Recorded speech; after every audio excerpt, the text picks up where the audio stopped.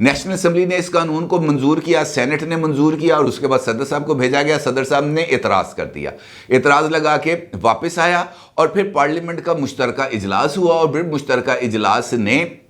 ان قوانین کو منظور کیا۔ اس کا مطلب یہ ہے کہ ان قوانین کی ایک نہیں بلکہ 2 مرتبہ منظوری ہوئی، نیشنل اسمبلی سے بھی اور سینٹ سے بھی اور پھر جوائنٹ سیشن سے بھی۔ اور اس کا مطلب یہ ہے کہ اس قانون کو جو پارلیمنٹ کے اندر اکثریت رکھنے والے لوگ ہیں، جو پارلیمانی جمہوریت کے اندر اکثریتی اصول چلتا ہے۔ اب اگر یہاں پر ایک امپورٹنٹ سوال ہے، اور وہ سوال یہ ہے کہ اگر پارلیمنٹ کا مشترکہ اجلاس بلایا گیا تھا اور اس مشترکہ اجلاس میں اگر پاکستان تحریک انصاف شامل ہو جاتی تو اس مشترکہ اجلاس میں پی ٹی آئی کی اکثریت ہو سکتی تھی، یا اگر اکثریت نہ بھی ہوتی تو اتنی آواز ضرور ہو سکتی تھی جس آواز پر کان دھرنا ضروری ہو جاتا، اور پھر عدالتوں کے پاس بھی اس موقف کو لے کے جانے میں آسانی ہوتی۔ لیکن جو اپنے حصے کا رول تھا وہ پاکستان تحریک انصاف نے پورا نہیں کیا، لہٰذا یہ سوال بنتا تھا۔ پھر دوسرا سوال جو بہت ہی زیادہ امپورٹنٹ ہے کہ کیا رکن اسمبلی پارلیمان کے فورم کو جو ہے وہ خالی چھوڑ سکتا ہے؟ استعفیٰ دینے کا فیصلہ کوئی بھی رکن اسمبلی، دیکھیں کسی بھی رکن اسمبلی کو منتخب کرتے ہیں اس کے حلقے کے عوام، اس کے حلقے کے ہزاروں عوام جو اس کو ووٹ دیتے ہیں، کوئی 60,000 ووٹ لے کے آتا ہے، کوئی 70,000 ووٹ لے کے آتا ہے، کوئی 1,00,000 ووٹ لے کے آتا ہے، کوئی 1,25,00,000 ووٹ لے کے آتا ہے۔ یہ تمام کے تمام لوگ ریپرزینٹ کرتے ہیں اپنے حلقے کے عوام کو، اور وہ حلقے کے عوام ووٹ دے کر اس کو منتخب کرتے ہیں۔ اب سوال یہ پیدا ہوتا ہے کہ اگر کوئی بھی رکن اسمبلی اپنی رکنیت سے استعفیٰ دینا چاہے، یا اس کی پارٹی اس بات کا فیصلہ کرے، یا اس کا پارلیمانی لیڈر اس بات کا فیصلہ کرے کہ جناب ہم نے استعفیٰ دینا ہے، تو کیا وہ جو لوگ جنہوں نے ووٹ دیے ہوتے ہیں، کیا ان کی اجازت کے ساتھ ہی آپ اسمبلی کی رکنیت سے استعفیٰ دے رہے ہیں؟ نہیں، یہاں پر آ کر معاملہ بدل جاتا ہے۔ یہاں پر آ کر جو پارلیمانی لیڈر ہے یا جو پارٹی کا چیئرمین ہے، اس کا فیصلہ ان لاکھوں لوگوں کی رائے سے اوپر چلا جاتا ہے۔ اور سوال یہ ہے کہ کیا کسی ایک شخص کی انا، کسی ایک شخص کی ضد، یا کسی ایک شخص کے سیاسی فیصلے جو بار بار غلط ثابت ہو رہے ہیں، اس کے فیصلوں پر پارلیمان کا فورم خالی رکھا جا سکتا ہے؟ اور یہ بڑا ویلڈ کویسچن ہے منصور علی شاہ صاحب کا، اور اس سوال کا جواب یقینی طور پر عمران خان صاحب کو دینا چاہیے۔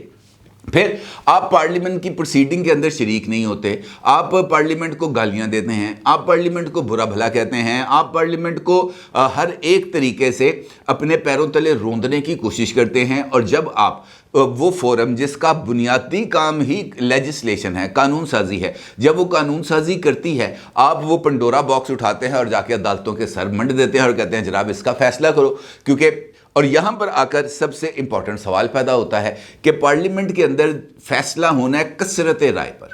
دیکھیں یہ آئینی ترمیم نہیں ہے جہاں پر آپ کو 2/3 میجارٹی چاہیے، یہ ہے سمپل لیجسلیشن، اور سمپل لیجسلیشن کے لیے اکثریت کا اصول چلتا ہے۔ اب سوال یہ ہے کہ اکثریت نے اگر ایک بات کا فیصلہ کر دیا، جو اکثریت سے مراد یہ ہے کہ ہر ایک رکن لاکھوں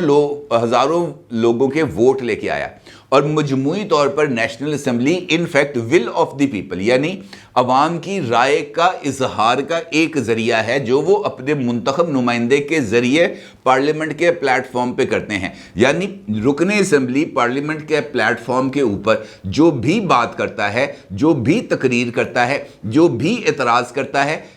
حق میں یا مخالفت میں، اس کی بات کو یہ تصور کیا جاتا ہے کہ اس کے حلقے کے عوام اس شخص کے ذریعے اپنی رائے کا اظہار کریں، یہی بات ہے۔ اور جب اکثریتی عوام نے اس بارے میں رائے کا اظہار کر دیا کہ جناب ہم نے اس قانون میں ترمیم کرنی ہے یا ہم نے اس قانون میں ترمیم کی منظوری دینی ہے، تو پھر یہ سوال کہ جناب 3 ججوں کے اوپر آپ اس فیصلے کو کیسے لاگو کر سکتے ہیں، بہت ہی زیادہ لاجیکل اور ویلڈ کویسچن ہے۔ اور اس کویسچن کا بھی یقینی طور پر ہمیں پارلیمنٹری ڈیموکریسی کے اندر ہی جواب ملتا ہے، جہاں پر پارلیمنٹ کو منتخب کیا جاتا ہے for the reflection of the will of the people, اس کے علاوہ اس کا اور کوئی ذریعہ نہیں ہے۔ لہٰذا ان سوالات کا جواب بھی دینا ہے۔ پھر یہ سوال کہ جناب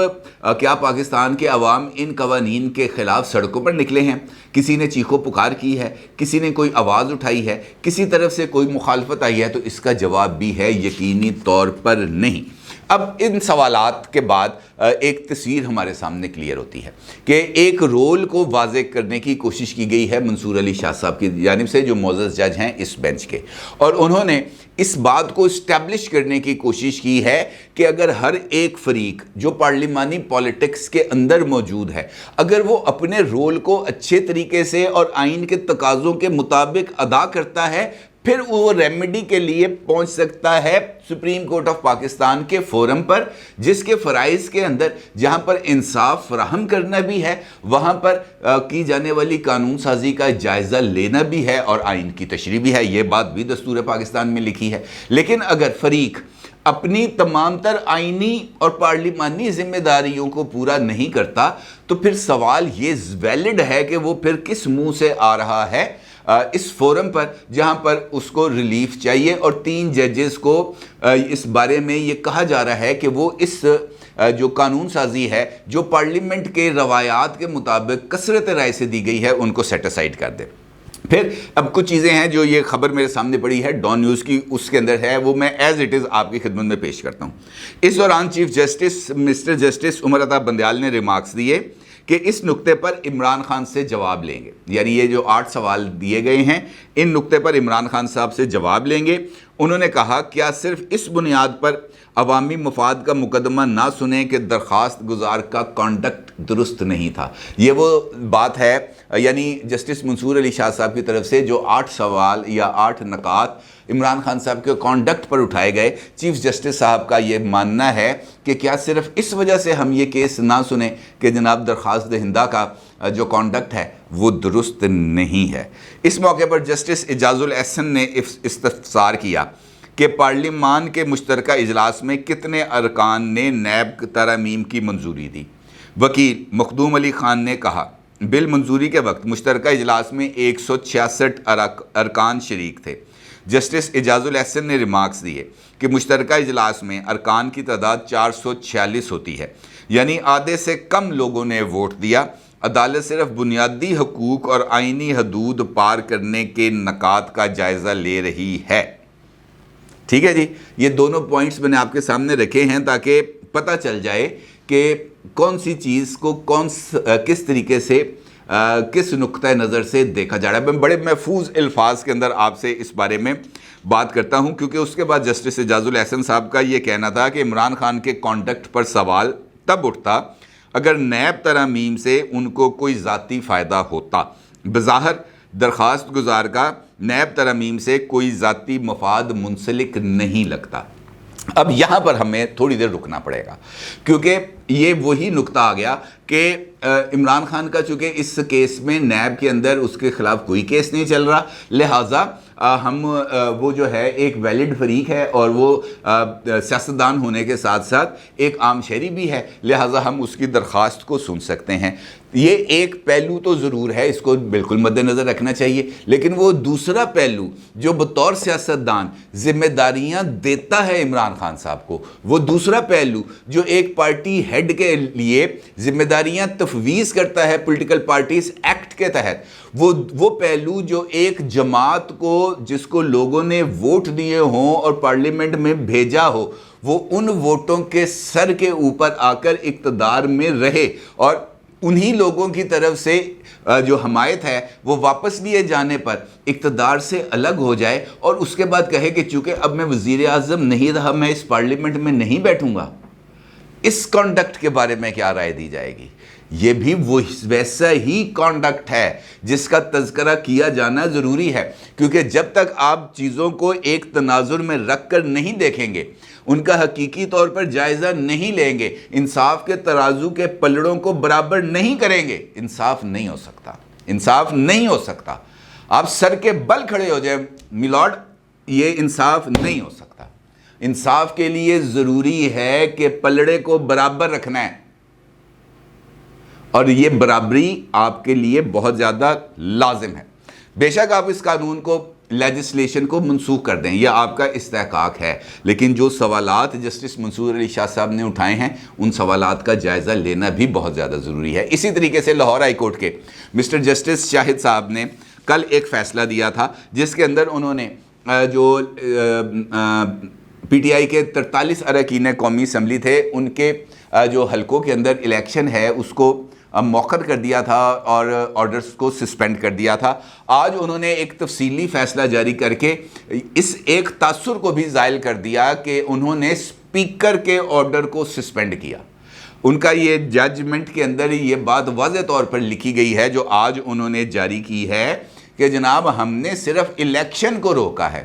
ہم نے اسپیکر کے آرڈر کو سسپینڈ نہیں کیا۔ اس کا مطلب یہ ہے کہ پی ٹی آئی کے اراکین اسمبلی وہ جو 43 جو بڑے نہا دھو کے پہنچ گئے تھے پارلیمنٹ کے، آج ہم پارلیمنٹ کی کارروائی میں شرکت کریں گے، جج صاحب نے جسٹس شاہد کریم صاحب نے واضح کر کے ان کے سارے خواب چکنا چور کر دیے ہیں اور عمران خان صاحب کے خوابوں کو بھی چکنا چور کر دیا، اور ساتھ وضاحت کی ہے کہ یہ انٹرم آرڈر جو ہے یہ صرف اور صرف 7 مارچ تک ہے،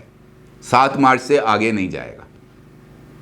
7 مارچ کو جواب ملیں گے اور اس کے بعد اس بات کا آگے فیصلہ ہوگا، لہٰذا وہ جنہوں نے جلدی میں مٹھائی کھا لی تھی ان سے بہت زیادہ معذرت۔ اور اسی طریقے سے جو پنجاب میں الیکشنز کے لیے اسد عمر صاحب کی طرف سے پٹیشن دائر کی گئی تھی لاہور ہائی کورٹ میں، وہاں پر بھی اس پٹیشن کے اوپر سماعت مکمل ہونے کے بعد فیصلہ محفوظ کر لیا گیا ہے، اور یہ اس سماعت کے دوران یہ بات کہی گئی ہے کہ جناب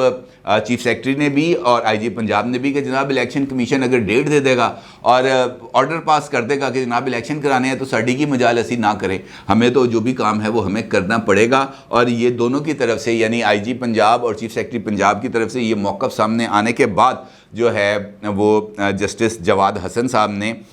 یہ جو سماعت ہے اس کو مکمل کرنے کا اعلان کیا اور انہوں نے اس درخواست پر فیصلہ محفوظ کر لیا ہے۔ اب دیکھیں اب یہ اس کا فیصلہ کب سنایا جاتا ہے، لیکن امپورٹنٹ چیز وہی ہے جو میں نے آپ کے سامنے رکھی ہے۔ 3 ججز کے جو ریمارکس ہیں اور خاص طور پر منصور علی شاہ صاحب کے 8 سوال یہ بنیادی اہمیت کے حامل ہیں، اور اگر ان سوالات کو ایڈریس کر لیا جائے گا تو پاکستان کی پارلیمانی ڈیموکریسی لائن پہ آ سکتی ہے۔ اپنی رائے کا ضرور اظہار کیجیے گا۔ آپ کو بہت شکریہ۔ اللہ حافظ۔